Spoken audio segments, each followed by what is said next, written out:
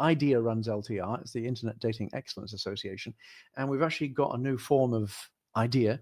Our overarching goal is to grow the industry. And we've layered in some additional services now to help you with that. You can go to internetdatingexcellenceassociation.com and have a look at the benefits tab, and you'll see the various services that we've got now. Specifically, IDEA Gold. There's IDEA Free, which you've all enjoyed, but there's also IDEA Gold if you'd like some more from us. So thank you to our sponsors today. We've got two sponsors. We've got Dating Through Curiosity. I highly recommend you have a look at their programs. This is really, I think, going to revolutionize the way we help our users become better daters ultimately. And Real Me for background checks and verification, which is absolutely essential for everybody. I believe they're best in class in terms of their capabilities and their knowledge of the context and the background checks providers. So I recommend having a look at both. One thing to bear in mind today is if you've had a chat with somebody and you fancy having a longer chat with them, you can always just ping me, let me know who you'd like to have a chat with, and it's my pleasure to introduce you to them. So let me know if you've got any misconnections here, if there's a particular person you talk to that you'd like to talk some more with, and just email me. I urge you to do that. There's not so many people do that, but in the business of love, we should all get along, and this is how we start networking right here now. Without further ado, I would like to invite Steve Baker to the stage, and let me give a quick introduction to Steve Baker. Steve Baker is a former FTC director specializing in fraud detection and consumer protection. He was actually at the FTC, the Federal Trade Commission, for 27 years as director of 11 states in the Midwest in the USA. Then he spent 5 years at the Better Business Bureau. Now he's available for consulting, FYI. We're going to talk about, in fact, he's going to present on the evolution of trust and safety in online dating. So he's got a presentation ready for you. And please, if you wouldn't mind lining up your questions. Steve, it's great to see you. I just got my notes out of the way. Good to see you. Good to see you. So we're going to talk today about the FTC's click to counsel rule. As Mark said, I was there for a long time. I've also worked on the Better Business Bureau. I do a free weekly newsletter that goes around the world on all sorts of consumer fraud. I am the warm-up act today. Anthony Pratt-Canis, who's going to follow, is the feature event. So I guess I'm a little bit like the Ed McMahon kind of person on this.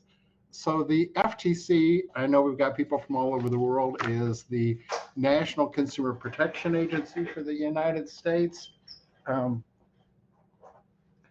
It has 5 commissioners. No more than 3 can be from any one party. FTC Chairman Lena Khan's term has expired, and so she stays until she's replaced. So you're not going to have a dramatic change at the FTC. The chairman picks the senior staff and the priorities. So the FTC is going to change. Likely for the agency, it's going to be more consumer fraud. It will be a focus on what's going to happen at the FTC. And the FTC can do, how do you deal with consumer protection? Well, the FTC Act prohibits unfair or deceptive acts or practices. They can do administrative cases, just get cease and desist orders. In other words, with no money. The FTC did have authority to go to federal court for injunctions, asset freezes, etc. The agency lost that several years ago, that authority, which is unfortunate, but it had been abused, I think. The agency can get large civil penalties, fines for violations of FTC rules. So the FTC has been broadening their rules so that they can get more consumer protection. FTC rulemaking is authorized by, some of it by statute. The FTC has got a problem sometimes with rulemaking in the past.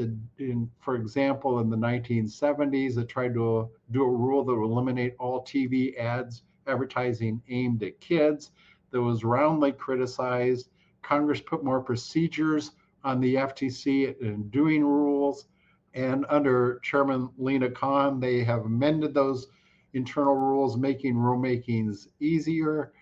The new click to counsel rule, which I'm sure you've read about, actually began during the Trump administration, but it was significantly broadened. It's now been adopted. The Commissioner Holyoke dissented, suggesting that the FTC rush to get it out before the election would happen. There have been many lawsuits challenging it, so I don't know if it's going to stand up so far. The FTC has issued a 239-page Federal Register notice, which is a statement of basis and purpose explaining the rule. No compliance guides from the FTC so far on quite what it means. It becomes effective on March 31st of 2025. So we will see what happens with it. But it covers all sorts of offers. So the original rule was covered things like the Book of the Month Club. It adds continuity plans where you sign up and receive, for example, bottled water deliveries, auto renewals of magazine, credit monitoring, newspaper subscriptions, goods for a trial period, basically any sort of thing where you've got a recurring subscription in any medium is going to apply to. What is not covered, the only things that are where you know what the total price is going to be, such as car payments and mortgages, but you agree to pay those costs over a period of time. That is not covered. Now, what was the FTC really trying to get into with this? It was the real concern the FTC has had is with free trial offer scams. You've all seen them. I've certainly got several friends that have fallen for them. You get ads, usually with a celebrity supposedly endorses a weight loss product, something like that, and they offer a free trial. And people think they're signing up for just $1.95 for shipping and handling. They instead find that their credit card is charged for a month, and they start getting shipments of this bogus products every month, and it costs them a huge amount of money, and it's very, very difficult to cancel. So the FTC has got something like, just in the cases the FTC has brought about this sort of conduct, which happens all over the world. I mean, consumer losses just in FTC cases are at least $15 billion. This is a big industry. One of the problems is that these folks develop web pages that have full disclosures, but consumers don't really see those. Instead, they prepare different web pages where you actually make the purchase that don't contain any disclosures. And so this is, like I say, a huge issue. I've done a study on these free trial offers for the Better Business Bureau. The FTC actually spends several pages of its statement of basis of process on this rule, discussing the study I did for it. That is the main problem they were trying to get at with bogus subscriptions. But of course, the rule is far broader. So they've got to disclose before all payments, before you get the payment information, deadlines, frequency, how to cancel. You must see those before you consent. It's got to be expressed in informed consent. And it does not, state laws that are broader are not precluded by this rule. It's got to be how to cancel. It's got to be as easy to cancel as it was signing up. You got to use the same medium. And if you can't try to save the sale by saying, well, gee, don't you really want to stick with us for a special discount or something special, or you can't, anyway, you can't mess with that. So the practical effects, one of the important thing about this is this allows the FTC to get civil penalties for any deceptive claim about anything that the company does, not just about the free trial offer or the terms of the subscription. So basically, anybody that offers recurring subscriptions is subject to civil penalties from the FTC for any deception they engage in about anything, any deceptive claims. So the things to watch out for here, what about affiliate ads, spam email? If you hire affiliates or they send spam, can you cancel? And how do you do that? Are they involved in deception? Because if they are, you're going to be potentially liable. Watch out for consumer complaints and complaints to the Better Business. I know a lot of companies, it's expensive to deal with complaints. I often found that I was the FTC that we would contact companies about deceptive advertising. We would subpoena them for all the consumer complaints about this practice. They would tell us, gee, we don't have any. And after they actually got to looking at it, they found that they had thousands of complaints themselves. They just weren't paying any attention to them. So that is going to be an issue.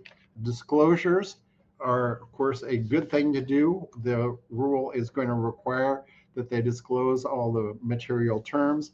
For FTC purposes, you cannot just, this has to be something a real person will understand. You can't do pages and pages of stuff hidden in a hyperlink, which people are not going to see. That's not going to cut it for the FTC.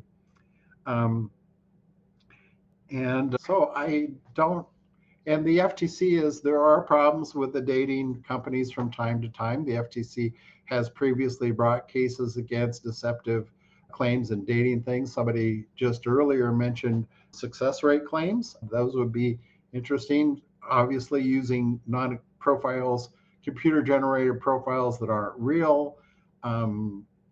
The other thing we've seen, of course, is people that are reaching out with text messages or communications, and those are computer generated. They're not real people, and you're unable to respond to them without providing your credit card and signing up. The other people involved potentially with this are the credit card companies or the payment processors for credit card companies that are helping a deceptive operation operate. The FTC can and probably will sue them as well. I promised Mark I would leave some time for questions. So I just kind of flew through this, but there is the rule.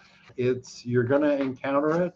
Other countries may not have the same rule, but they're based on the same principles that you got to get disclosures and make it easy to cancel are also going to apply, and they may look to this for guidance and interpreting their own consumer protection law. So I will stop here and try to field any questions you might have.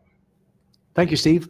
That sounds very interesting. We've got click to cancel coming up on the horizon, and that looks pretty interesting. And it makes a lot of sense, really. One of the worst things I heard in the industry was about a company that actually had faxes to cancel years ago.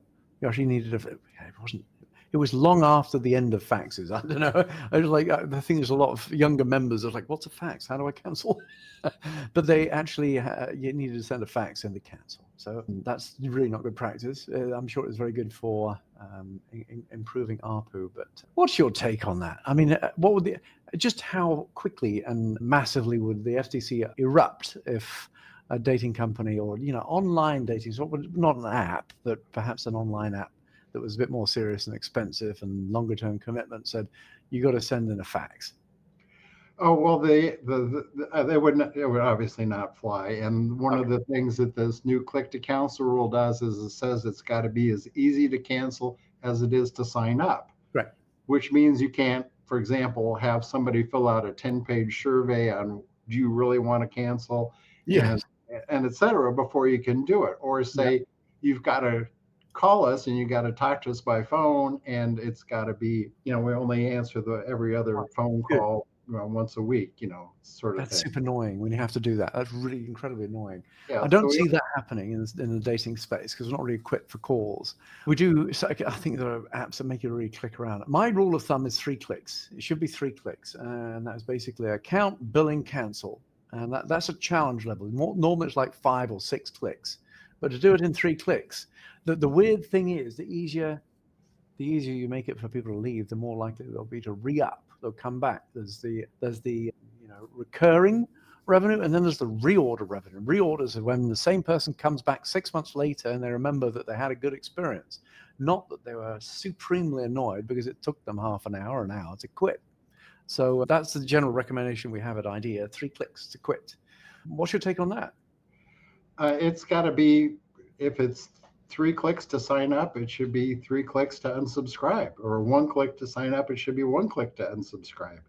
You've got to fill in a profile. There's always a lot of, like, no one does it in 3 clicks. There's always a sign up that even with Facebook sign in, it's more than 3 clicks. Well, that's so that's what the rule says, and I have seen all sorts of tricks people have. We've all tried to unsubscribe, find that it's hard to find it, or you get a message back and says, well, gee, you got 2 weeks left.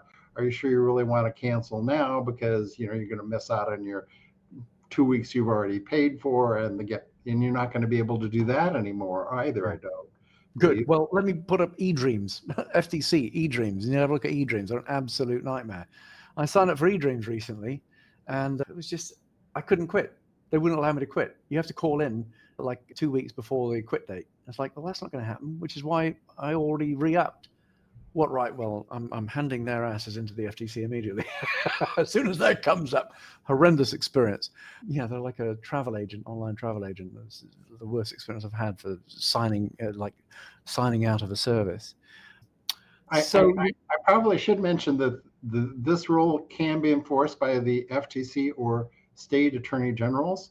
Yeah. It's not something where people are going to be able to file private cases themselves necessarily. I mean, people might try and say that this is the law, but there's no real ability to go into federal court to do it. So the FTC is not a huge agency. We all envision these massive agencies with thousands of desks and stuff. The FTC is not that big. It's going to struggle with this stuff. And my experience, the FTC is not looking for ticky-tacky stuff. They're looking for serious problems involved. Okay. And they're making an example of bigger companies, right? Yep. So they won't be chasing the second, like the tertiary companies, because that's not an example maker. Like I said, the credit card processors, there's some real crooked credit card processors out there who the FTC has sued, along with these free trial offer scams I referred to, which we've all seen. But some of the credit card processing people are, I think, complicit in the fraud. And actually, I've seen put on seminars. Somebody I talked to earlier said they were in Panama, and I know there's a whole industry of free trial offer stuff, and they did a worldwide conference in Panama.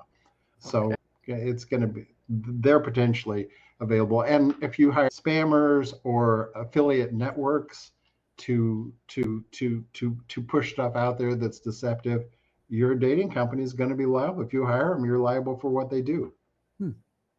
You did mention one scenario which I thought was actually something I'd recommend. It's like, if somebody's going to leave, then why not pop a screen and say, oh, please don't leave us. How about just sticking around and we'll give you an offer? I don't know. I kind of like that sometimes. I think that's reasonable and fair treatment, as long as it's not onerous and as long as it is still clearly obvious on how to quit. So I think there's a way of doing that where you can stay within the less difficult than it was to sign up, definition. But also, some people do just need a little bit, like, they've not spent time, they've kind of forgotten about the membership, they'd probably put some more time in, but if it was half price or a free month, then they'd probably stick around. So win-backs, those win-backs, that's common practice and fair practice. Well, not that common, actually. It should be more common. It's something that I'd recommend as a consultancy. We'd say you should probably do that, but don't make it difficult subsequently. So... Well, and this rule says if you're going to do that sort of stuff, you also damn well better make sure that they actually can cancel. Yes, right, yeah. Easily.